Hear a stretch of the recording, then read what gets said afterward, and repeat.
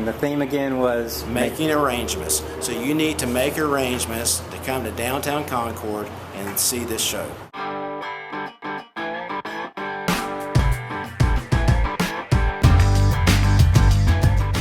Hey everyone, I'm Don Stewart, the artist at artistchronicle.com. Today I'm coming to you from Concord, North Carolina, where I have several still life paintings on display in the Cabarrus Arts Council Making Arrangements exhibition. Visual Arts Director Lynn Barnhart is going to give us a sort of mini tour of the exhibition and of the work of the 18 artists who are participating. We're located in this historic courthouse in downtown Concord. This building was built in 1876, and in 1976, a wrecking ball was actually in front of it, and a local lady voiced her opinion, and she was able to save this building. Downstairs, we have gallery spaces. Upstairs in the old courtroom is a 230-seat theater. Let's go inside and see the current exhibition here at the galleries.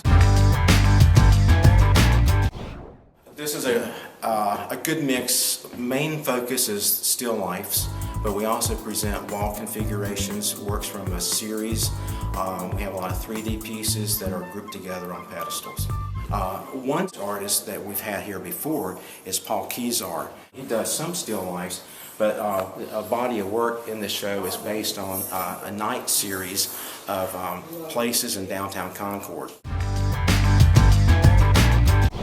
Often, we think about rearranging furniture, so we thought a grouping of furniture would be very appropriate for this show.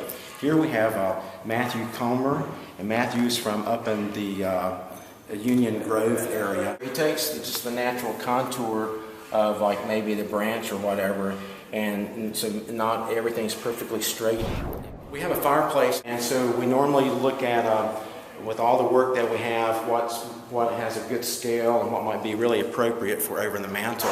In this case, we have the fiber art pieces done by Jim and Libby Mianovich, and they're up in Marshall, North Carolina. We thought that Tom Turner's vessels would be a neat complement to that piece and flank either side of the mantle.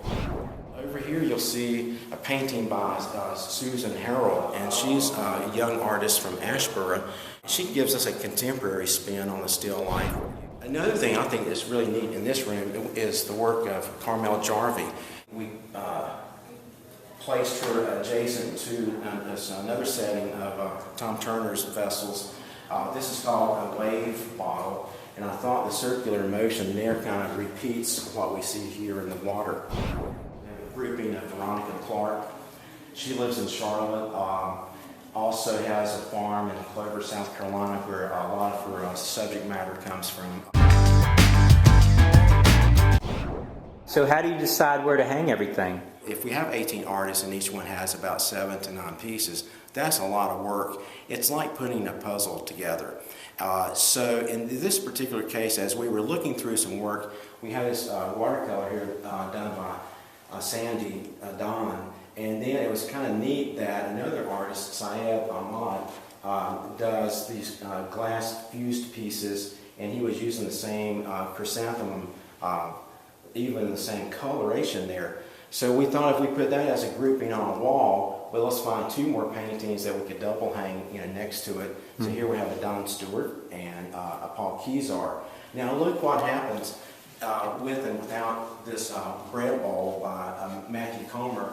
So we thought once if we could place this directly underneath the painting, it kind of grounds that entire wall.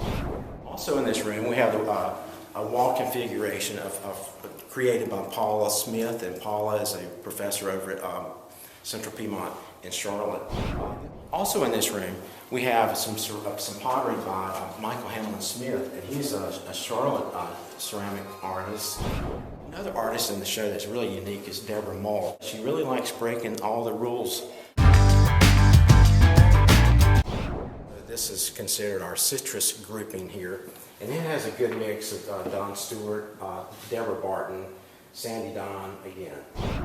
James Daniels, an artist who lives in Asheville, he's doing a series from like the study of just crocs.